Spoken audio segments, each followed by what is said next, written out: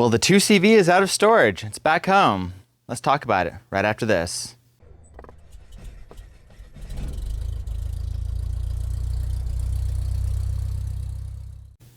So for anyone that's been around the channel for a while, I did do a video on this car a couple of years ago. It's a very interesting car. It's my 1967 Citroen 2CV Azam 6 Luxe Export. So it's a really interesting car because it's actually an American market spec export car. So it's got all the stuff for this market. And as far as I understand, they only actually made these and shipped them here for a really short period of time. They did make the Azam 6 for several years, but for this particular model and what this one is, it was a really short production, not too many of them around. And yeah, I've kind of struggled to figure out what to do with this car because I bought this thing many years ago for basically nothing. It was only a couple of $100. And I've thought about selling it multiple times, and I've actually had a couple of very good offers on it. I could just never bring myself to sell it. So I have finally decided it's time to start tearing it apart a little bit, piece by piece, and start restoring it. The end all goal is to take all the body panels off. We're going to sand it down to bare metal, put it in prime, and then once everything, the parts are going to get stored inside and the parts are going to get painted, we're going to take the body off of the chassis. So really it's just going to be a very long, slow process, but I figure it's time to get started. Since it's been a few years, let's walk around and talk about the car, some of the interesting, unique things about it, and then really just jump in. We're gonna take at least a fender off, kind of start sanding it down, look at some of the attachment points. Thankfully, a lot of the stuff to take apart on this car is very easy. So let's take a little bit of a closer look. So what I'm gonna start doing is ordering bits and pieces part at a time. I'm not gonna start ordering rubber parts yet, because it's going to take a little while. But one of the things that I'm probably going to have a bit of an issue with, that since this is an Azam 6, it is considered to be the most luxurious of the 2CVs, or the most trim, is that it has this aluminum trim in the rubber on the windshield, this back window, and the C panel, the third window right here. And I don't know if this rubber is available. So that's going to be a little bit of an issue. The Azam 6 had a very specific red colored top. That color is actually not available, so people just put conventional red, which isn't technically correct, but it'll work. The interior was also this really cool red interior, very fascinating, which I found a couple of places that are close. It's not going to be a Concours restoration, I just want it to be really nice.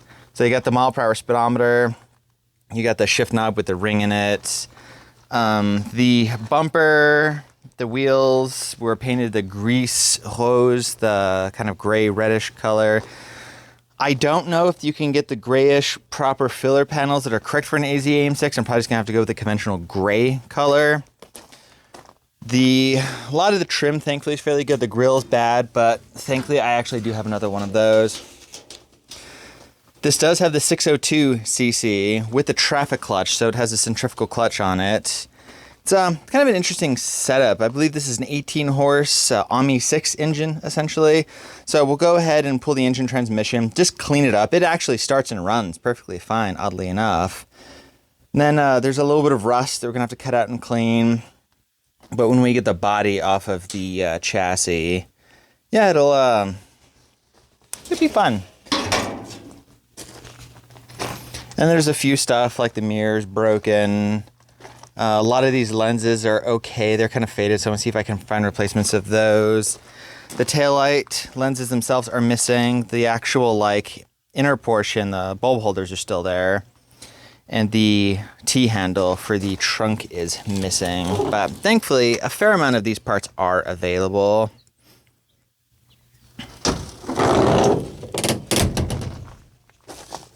So all in all, in general, the bodywork's really not going to be that bad. There is a bullet hole here I need to fix.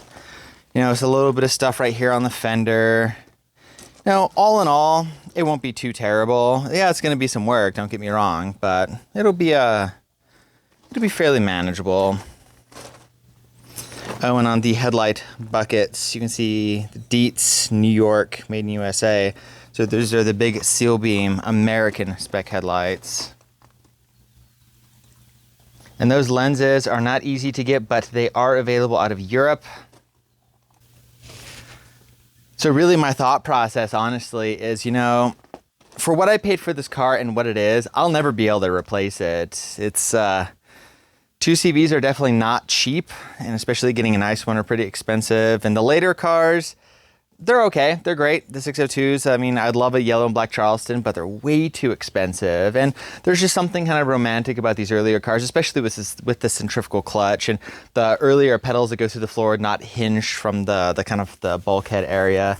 So it's a charming car, and I really do enjoy it. And it's very unique and fairly rare. So I figured, why not?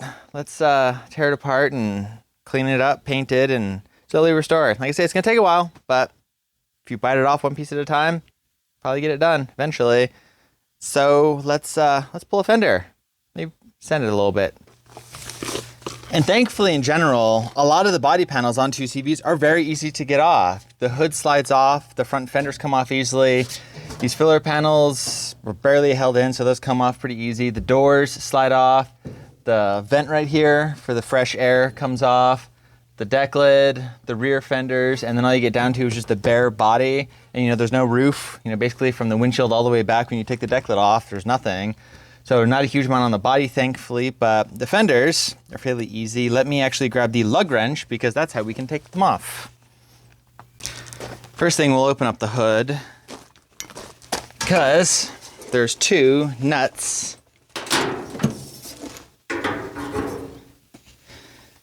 And if I remember right, I believe it's an 8mm, which it is. So we'll go ahead and take this bolt out.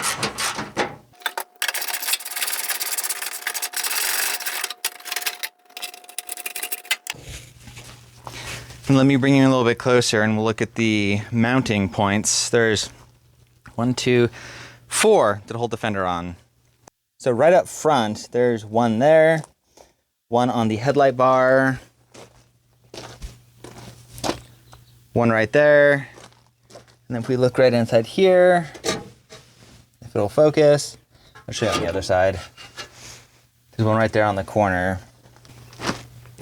And then of course the turn signal, which all we have to do is just unplug right here. And that is disconnected.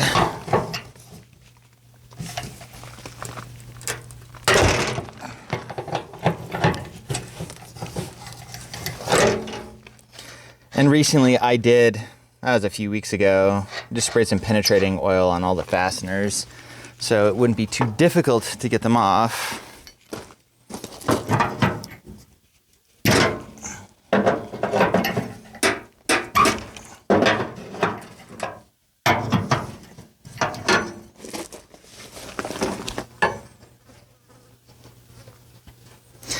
And then along the way, when we start disconnecting the wiring, we just do need to remember to label, knowing there's really not a lot on this car. So it would be nice to remember where stuff is. Oh wow, there's some cracks on my fan, so I'm gonna have to replace that.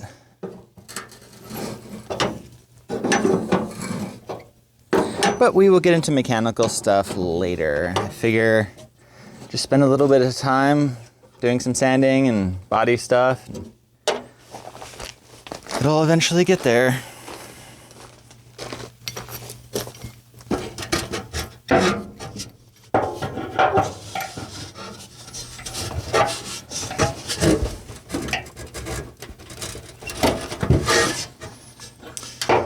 Tell you what, these guys have not been off in a long time.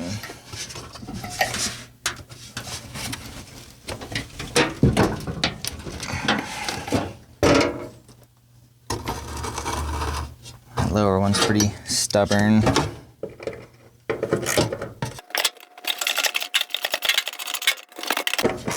And all I'm doing here is there's two little hook brackets that hold this filler panel in. When they went away from the ripple bonnet, the earlier hoods, those actually had some louvers, and it came down to match the contour of the fender. But these later cars, they actually kept that same, line, but they put these filler panels in when they changed the hood design. Which personally, I like the ripple bonnet cars. I had a 12 horse years ago. Cool car. Slow, but cool car. I don't know. I prefer the looks of those a little bit better, but these are nice. The later ones with the big taillights, yeah, I guess it's a little bit safer having better taillights, but they're okay. I've driven a bunch of them. They're nice cars, but I really do. There's just, like I say, there's something about this car that I just really like. So, just like that, say there's little brackets. This one got bent because this panel kind of needs some love. And then I went and bought some plastic totes in a few boxes so I can start putting parts in it. Start organizing it, just be really thorough and label, and just try not to lose track of anything. At least that's the idea.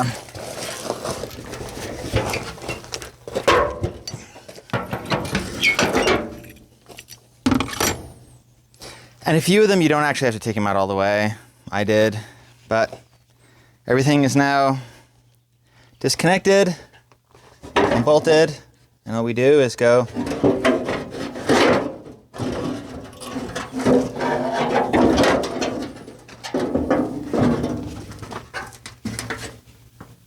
and that's the fender.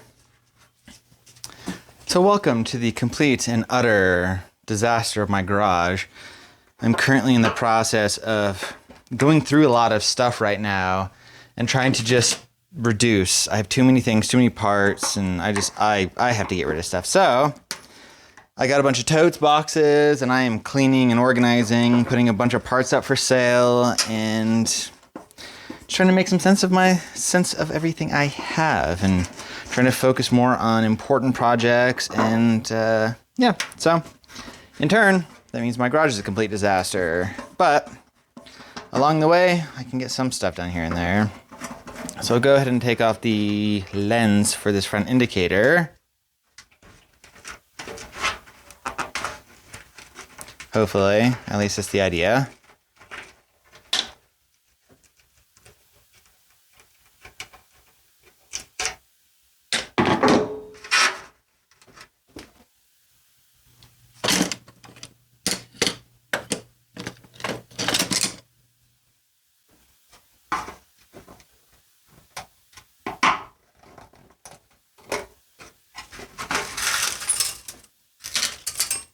Yummy. Oh boy. That's gonna be fun.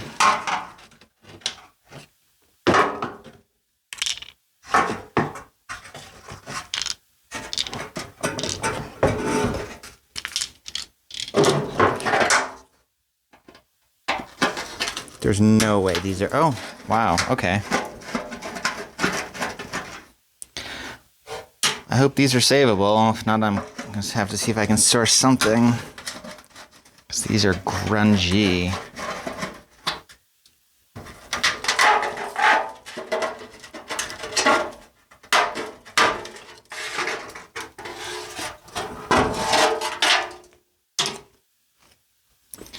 All right, that'll go in the box. Wow, that is bad. Great. And I'm notoriously bad about not having any power tools. I just never really have liked them or used them, but I do need to get a good, decent orbital DA. So, kind of a backstory on my 2CV. It's been sitting since the 1980s, at least. I got a phone call from a friend of mine who told me about this weird-looking car that looked like a four-door Beetle, which a lot of people know me for my like of weird cars. And I went to go look at it, and sure enough, there's a 2CV. It was local.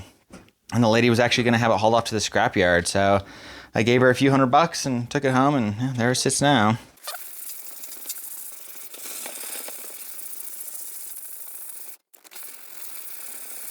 And actually, just sanding the paint down to bare metal is actually acting like its own guide coat, which, I mean, you can see the dents, and we're going to have to slowly work it out.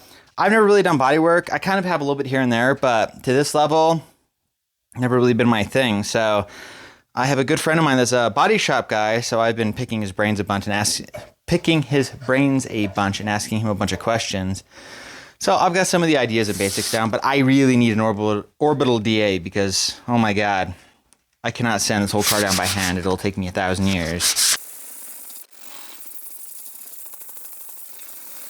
That's a start. There's some bare metal right there. You can see there's a dent there, dent there, dent there.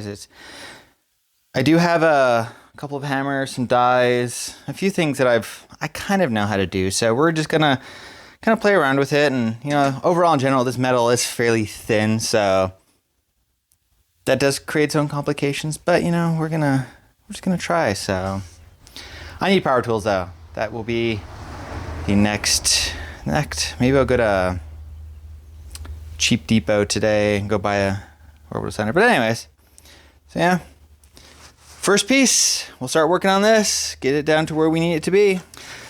Well, I figure you don't want to watch me stand on a fender for hours on end, you know, just a little bit of it and kind of start getting into it. And as we move along the steps, we'll video it and we'll call this part 1 of the 2CV restoration project. So yeah, anyways, thanks so much for watching. Really appreciate it, and I'll catch you on the next one.